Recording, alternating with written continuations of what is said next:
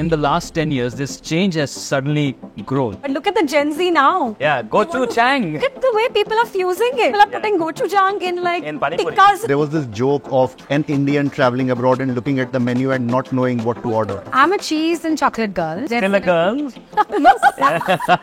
The word viral. Previously, we only used this word for fever. But now we use it like everything is becoming viral. Because of the K-pop, the drama culture, there are these small, cute, quaint cafes that are coming up. Ab badlo India apne khane ka andaz. Yes.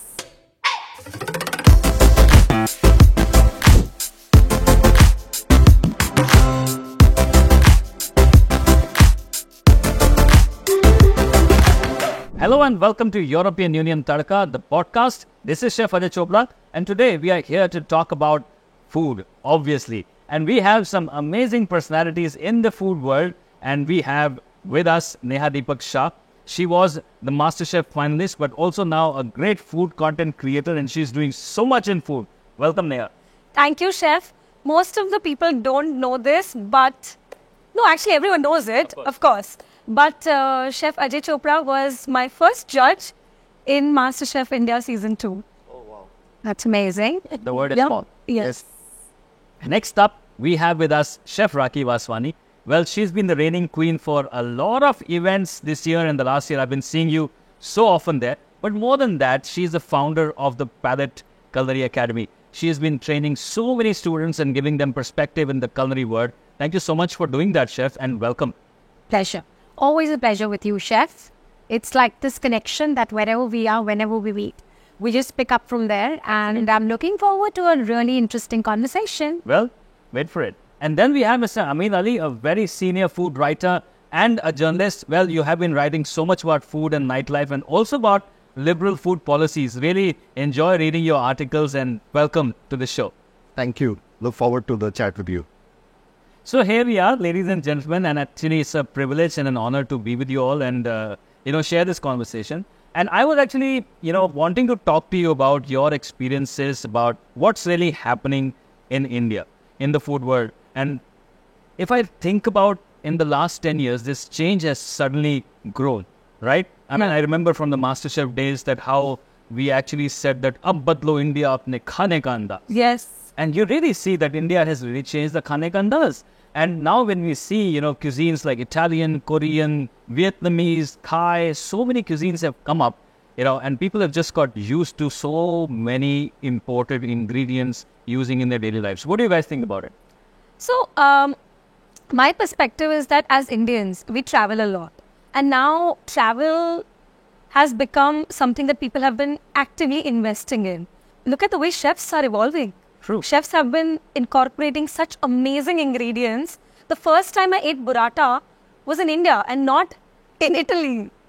So for me, getting to experience this in restaurants and then trying it for the first time, it has actually incorporated this into my everyday food. It's great to see that we can get these authentic ingredients from where it originated in our own country. Oh, that's another beautiful part about what's happening today in the food industry. What do you say, Chef Rakhi? So, Chef, I feel, our economy is largest and it's the working and the more educated class that has really seen changing everything now. People are traveling. One life, they want to work hard, they want to party harder, they want to live life, they want to enjoy. So I feel the whole sector about traveling, exploring, different places. Gone are those days when they only wanted to go to basics. Every time we took a family holiday, the first 4 steps were London, Paris. Now people want to explore. They want to explore the Eastern European countries. They want to see more authenticity in their travel and the food. So that's what's coming in the forefront, according to me. And I feel it's fabulous because, again, like you can travel. And when you come back, in fact, if you see, India is the biggest, it's very big on import. And we get everything over here. Those days we used to travel back, bring those ingredients. In fact, we just had a conversation and she was talking about her trip. And I said, now if anyone comes to me, say, we don't need to carry those things. Yeah. Great. What are your thoughts on, how India is expanding in terms of travel, food? We are really kind of going in a different direction these days. But what are your thoughts? since pandemic, when two major traveling contingents, Russia and China, weren't traveling, every report said that Indian traveler is literally like, carrying the travel industry on its shoulder. From restaurants in Dubai, restaurants in London, best resorts around the world, Indians were the ones who were booking them, going out, dining. So Indian travel contingent is second to none. I mean, it's entire world wants a pie of it. That's how much we are traveling. Just adding to the points both of them made, a 1 point disposable income, part of that income is now being allocated for food. Yeah. That experience has become very important. That, Correct. we need to keep something aside for dining out every week. Correct. Not a special occasion meal. And in terms of the food trends that's happening, the cuisines that we are talking about, earlier it was a romantic idea that an expat chef will open a French restaurant or a Russian or a Italian restaurant or a Asian restaurant. Now some of the best restaurants of these cuisines are done by our Indian chefs. Yeah. Yes. Correct. So Indian chefs who worked all over the world, they've come back or have trained in those cuisines, are setting up specialty restaurants in India, which are at par with the best in the world. You tasted your burrata in India. Some of the best pizzas I would have tasted in India, done by Indian chefs. Today, because of travel, because of the wideness of our thought process, that we are not limiting or putting a boundary to our food culture, I think we are able to explore more in our minds first. And that's the reason I think the chefs are also breaking those limits and boundaries to kind of, make those safe things, because, a 00 flour is today available in India. Yes. And you can make the same pizzas that you would make in Italy. So, yeah, quite well And made. not only is it available, the Indian audience wants that. They want those special ingredients. They know that they need to use a different flour for pizza. They know that they are getting all these ingredients. So now this is an interesting perspective that, Indians are traveling a lot more, Indians are spending a lot more. I think the best part that I picked up is people are actually allocating funds, which is very true. Yeah. Because previously my mom, dad, my brothers, whenever they would travel, we are from the same India, right? Who traveled with food on the train and who always traveled with food. And when they went to restaurants, they said, "Nee, I will only eat butter chicken. I will only order dal makhani." But now everybody wants to try out new food. I mean, Yes. And What is just to add to it, there was, not very long ago, there was this joke of an Indian traveling abroad and looking at the menu and not knowing what to order. yeah, correct. Oh my And God. now we have everything available in our own cities that our parents really know when they are traveling abroad what to order. Yeah. Correct. We're correct. so familiar with those dishes in our own cities. Those names are not alien anymore. Absolutely. Because I have to give it to all the chefs, the way they've been working to also, as Indian chefs, it was always boxed, that this is what you can do. It's no more boxed because ingredients are available. For a chef, what do they want? Yeah. We just want good ingredients. We want everything to be available. And I think that Indian chefs are the most versatile chefs, and our cuisine makes us very versatile. Yeah, and Neha very rightly said, because 25 years back when I started my career, and we would order everything from abroad. We had to wait for a month for the consignment to come in, and then we had to really take care of the cheese that has come in, because you know that you have this cheese only, and you got to make sure that this cheese cannot go bad. You have to make sure that every portion is properly weighed. So all those things were happening. But we used to always feel that, the produce that came to in our hands was so beautiful, and we could do so much with it. And rightly said that now that produce coming into our country has actually given us chefs the real tools to cook, right?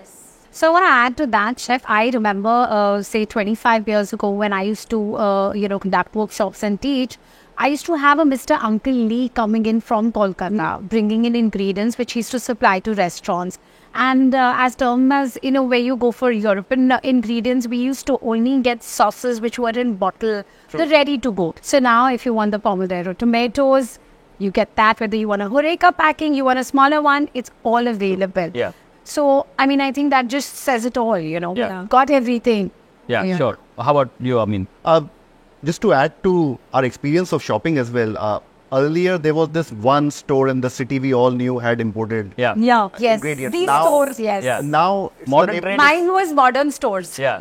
But now modern trade has become like Now a modern it's trade. your neighborhood grocery. Yeah. Yes. You don't need to travel far to procure cheese, to procure exotic, so things we used to think exotic are available at unlimited and now places they too. are in those amazing supermarkets, Yes, which correct. we only saw when we were traveling internationally. Correct. And they're all here. And each one is trying to make that experience better. Yeah, Correct. because so much produce is coming in Yeah. that, you can actually, shop in style. I remember growing up, I always wanted to settle abroad. मुझे बहुत शौक होता था. I used to love going to the supermarket. Till date, if I'm traveling, I literally spend 2 hours in a supermarket because of the different produce that's coming from different region. Like one kind of a potato, you've got all the variation. The tomato, you've got. So I used to just love taking that in. Yeah. And now that's available in India. Great that we've spoken about how the world is changing, how the world of food is changing. I think, some cuisines have really popped up and become more familiar, more popular, and also more favorite to Yes. our country. And I see as a trend that, European cuisine is one of them. Also Korean, also Vietnamese, and Thai. What are your thoughts about what are the other cuisines that are kind of, taking space? A lot of regional. I feel like, again, social media has a lot of impact. True. Because what you see trending is what you want to try. So you mentioned Korean. If you ask somebody 15 years ago, what is Korean food all about? Nobody would know. Yeah. But look at the Gen Z now. Yeah, gochujang. There are the 3 Jangs. Yeah, But gochujang, look at the way people are fusing it. yeah, that's People are putting gochujang in like In pani puri. tikkas and pani puri. Yeah. All this is great. But even other smaller country cuisines are becoming popular. True. Like some days back, I had an Ethiopian meal. Mm. And I was like, wow, this is amazing, Yeah. you know. And maybe 20 years ago, I did not know what this cuisine was all about. But social media has a big, big, big impact to play here. What about you, Raki? I think in general, Indians are more, to their palate, what they like, and when they go out, they dine. It's definitely Asian as well as European. What she said, I was like already thinking, okay, what is it that I want? When you travel, you're going to the Amalfi Coast, you're going all over Europe, even the Eastern Europe countries are beautiful. Okay. And there, because of their, PDO and PGI, you see the produce is so great. You can go and enjoy that meal at the smallest of restaurants. You don't even need to go to a Michelin star. Yeah. I want to see, and I'm seeing that change now. I'm seeing a lot of these, because of the K-pop, the drama culture, there are these small, cute, quaint cafes that are coming up. Smaller restaurants where the chef is actually showcasing his experience from that and bringing that to India. Yeah. And that's the kind of places I'm seeing sprouting. I think you must be seeing them more. Yes. Because, you're writing all about it, you're visiting. So that's a lot. And I feel it's going to change in the coming years. Yeah. A lot more. I see that as well. Yes. How about you, Amin? Asian, I couldn't have imagined my mother saying that it's a family outing, let's go for Asian. Yes. And that has become the default Yeah. cuisine Correct. for Asian not- cuisine, just Yeah. how it's become like a default cuisine of choice for It so many has. people in It Delhi, has. Mumbai, all our cities. Yeah. And also amazing work being done by chefs. That's right. There's Yeah. great Indian chefs doing amazing Asian concept. That is something that's really heartwarming. Yeah. Other cuisine that I'm personally fond of, and I'm seeing a lot of work being done, is this modern Australian cuisine. Minimal cooking, all-day breakfast menus. Just let the ingredients speak. So that culture is something Yes. I'm very excited about, and I really like how that's shaping. Yeah, I think, what's coming out is that really speaking that now not only just chefs, but even, normal people who are going out are looking out for ingredient forward cuisines. You talked about PGI and PDO, because of the ethos of how the things are grown or how the things are produced. Yes. It is important. The that- origin, Yeah. the way it's reaching to you, the whole process is what's important. It's important because I think it completely, reflects on the flavor Exactly. and the nature of the dish. So- And you are confident, because of the standards that they maintain. Correct. This produce is Right. So amazing. as a chef, if I am picking up a cheese from Denmark, I know that every single time I open a packet, it's going to be the same. Yes. So the authenticity is what I'm looking for. I don't have to think that, oh my God, this time, it tasted a bit more Chef, sour. a simple thing like a tomato. I'm a Sindhi by birth, and I love my seal bread, and people talk about it. But every time I'm buying my local tomatoes, There's no guaranteeing how the color, how the texture, the sweetness is going to be. But the minute I want to use the same thing with, the best European tomatoes, I'm happy because I know my result is consistent. Correct. Yeah. For a chef, it matters a lot because consistency is extremely important. But I also agree with what Amin said that it's ingredient forward. So I'm not going to say that what we grow here is not amazing, but I feel like consistency is very, very important. But people also care where their produce came from. Yes. Like today, I care. Is my feta from Greece? Yes.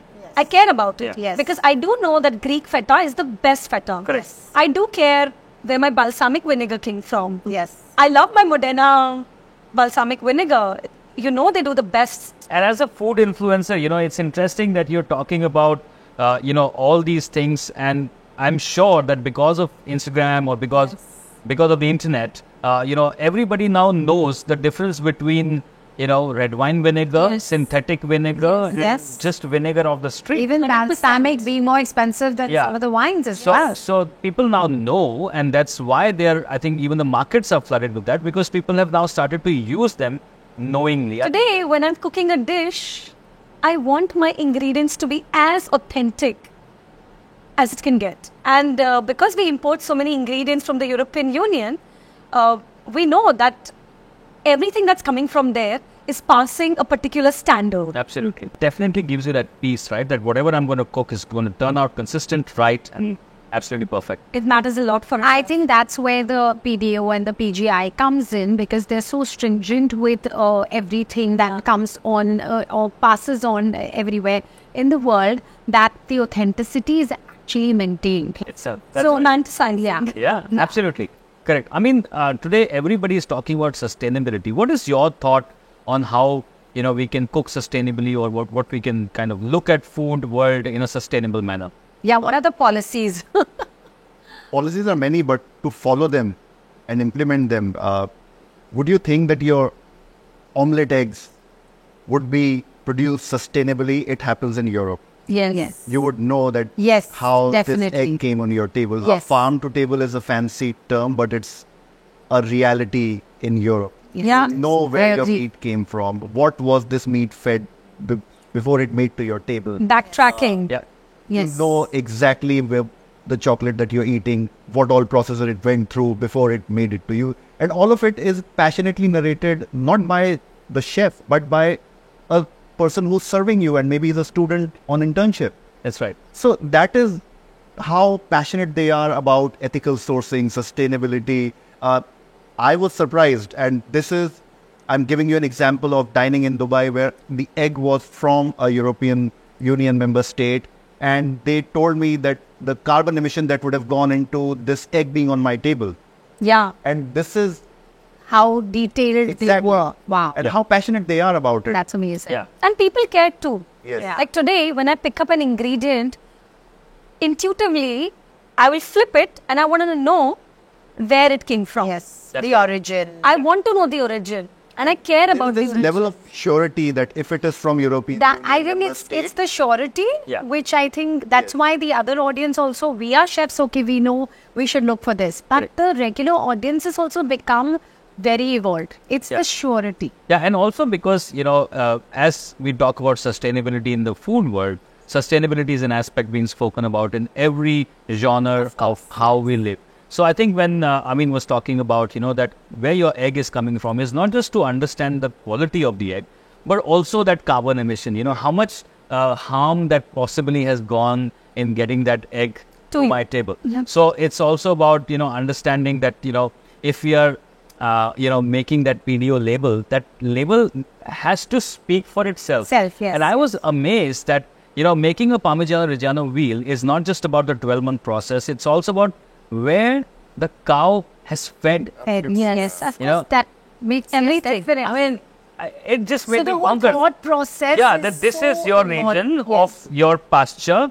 Anything out of this pasture, Will not I can't pass label it Parmigiano Reggiano. Yeah.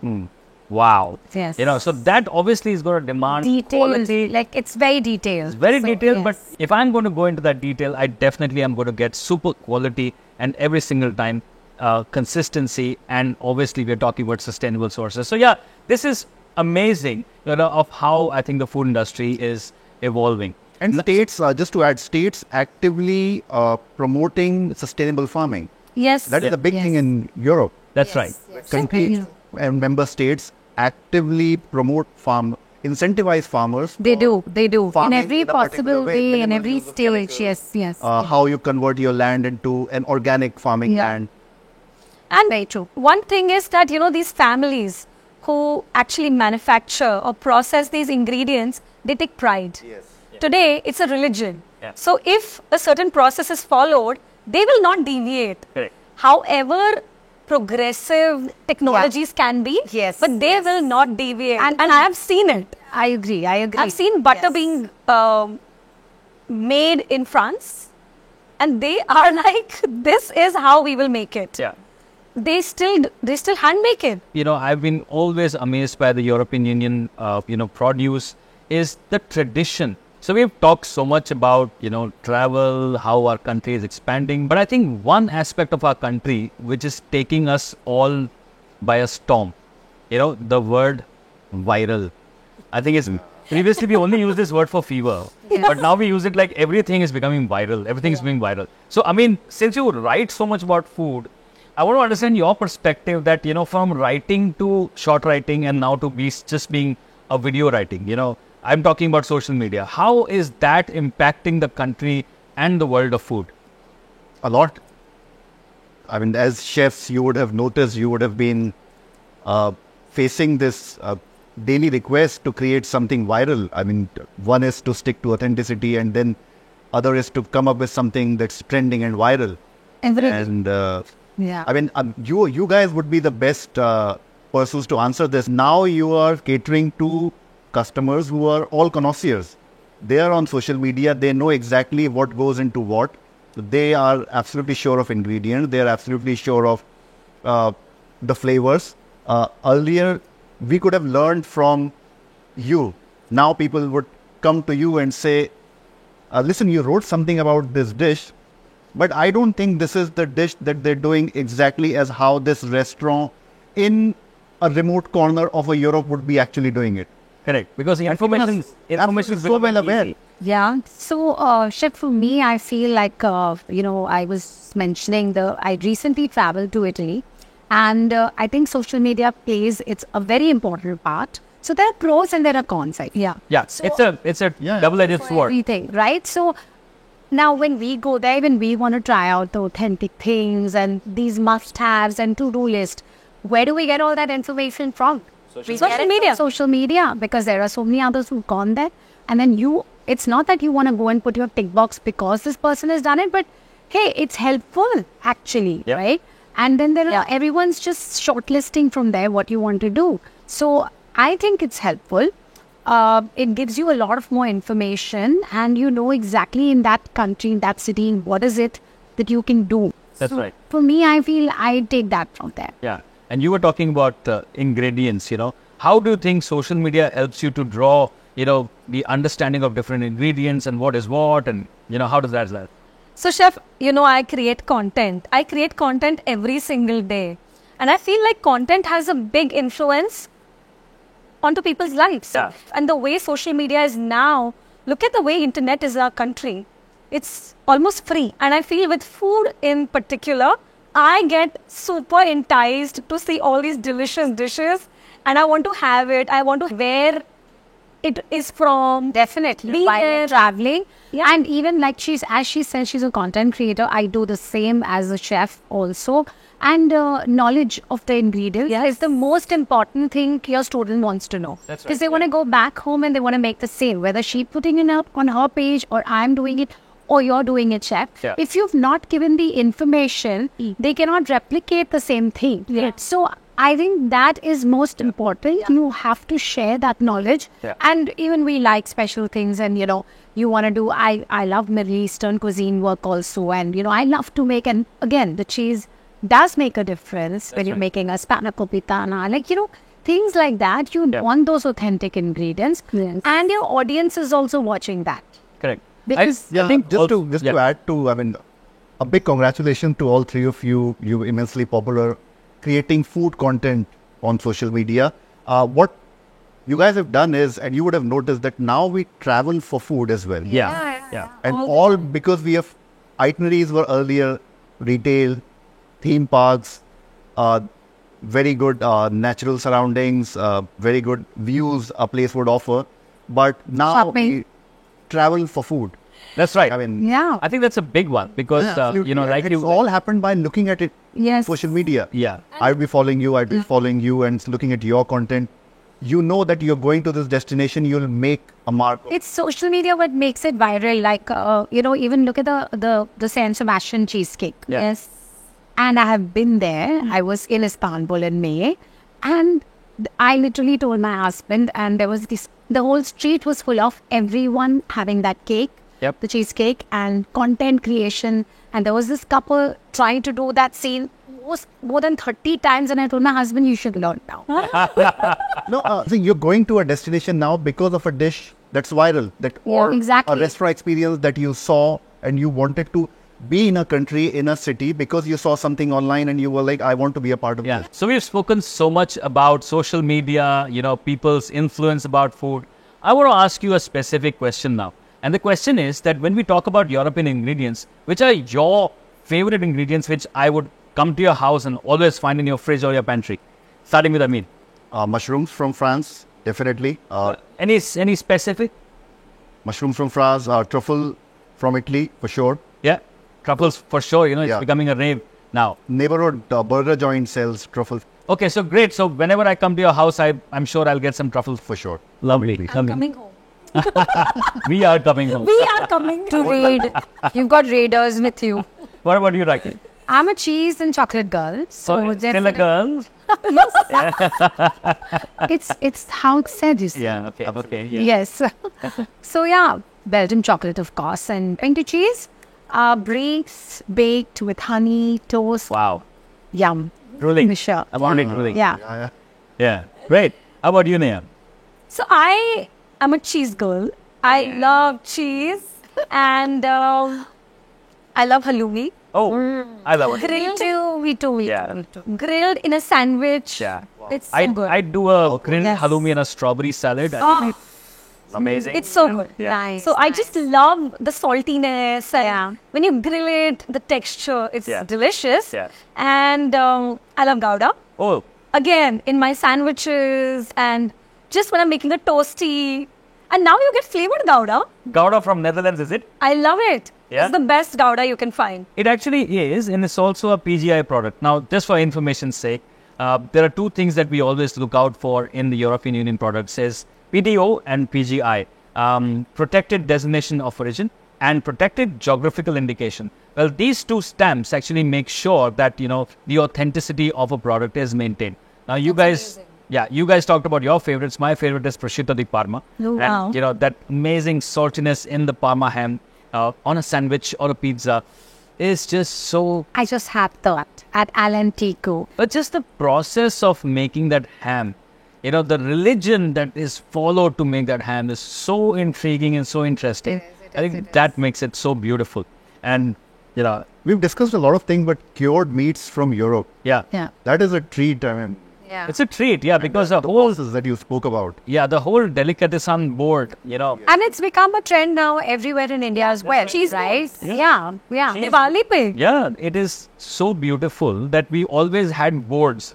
You know, जब भी मेहमान आते थे घर पे, we always treated with some, you know, mithai or something Nuts. savory, nuts. But now it's completely changed to something on a baguette, you know. Yeah. You're putting some Toasted nice baguette. toasted baguette with some beautiful goat cheese. Or Dipping oils. Dipping oils. Truffle butter. Kalamata olives or some butter. Flavored butter, compound, butter Yeah. compound. So and it's important, no, because end of the day we get inspired by our own desi flavors. Yes. And as a chef, I have one food philosophy that I don't limit myself with boundaries, you know. And geographical boundaries are just boundaries on the maps. So if I get a lovely blue cheese, you know, Naan, blue let's cheese make a naan out of it, right? It's so beautiful. Or you have a butter chicken, but the chicken tikka on top is got some melted cheddar. Oh. You know, just imagine. Yeah, just Imagine paneer. Dal burrata.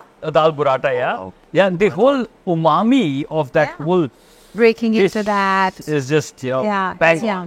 So since we talked about so many ingredients, and I think we also touched upon PDO and PGI, I want to ask you, what, in your opinion, does these PDO and PGI labels mean?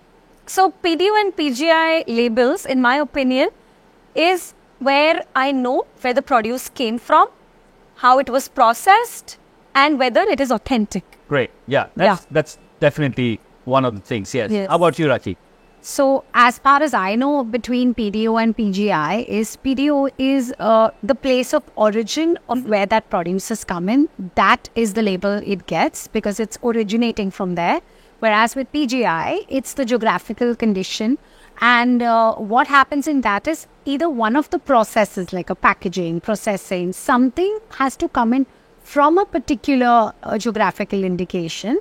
And that's when it's labeled in the PGI section. Wow, it's amazing. Keeping up the tradition alive, you know that this product has kept the tradition alive. It could be centuries old. Simple cheese making skill, but you know it came from a region. It's keeping the tradition alive. And it is authentic. That's why it's got that label. I think he Yeah, nails it. nailed it. Yeah. Nailed it. Yeah. But so all your answers are actually correct because they cover the aspects of PDO and PGI. But the technical definition of PDO and PGI stands to be Protected Designation of Origin, which is PDO, which basically means that in that origin, that food produce has to be originating from that area and all the processes that are actually used to make that product happen in that area. So it's very well protected. And as you said, that makes it completely authentic, right? Talking about, I said prosciutto di Parma, so Yes. the Parma is where the region is and that's where the produce is made with all its steps and procedures. And as you said, Raki, I think PGI, that correct definition is that one of the processes has to be in that region. So protected geographical indication means that, that very produce is from that geographic area, but one of the processes is definitely in that area alone. So I think that makes it beautiful because we know